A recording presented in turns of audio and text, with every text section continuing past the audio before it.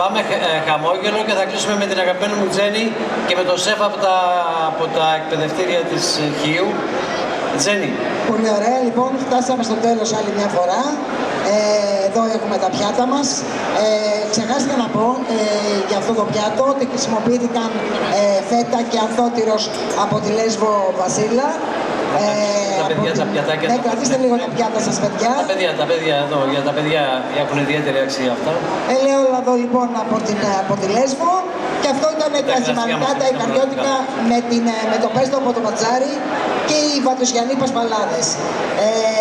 Δεν έχω λόγια. Περάσαμε πάρα πολύ ωραία μαζί για άλλη μια φορά. Πάντα μαζί περνάμε καλά. Είμαστε γεροί. Αναδεικνύουμε με τον καλύτερο τρόπο τα προϊόντα.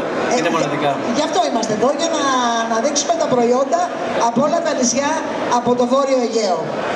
Το λόγο έχει το ΕΠΑΣ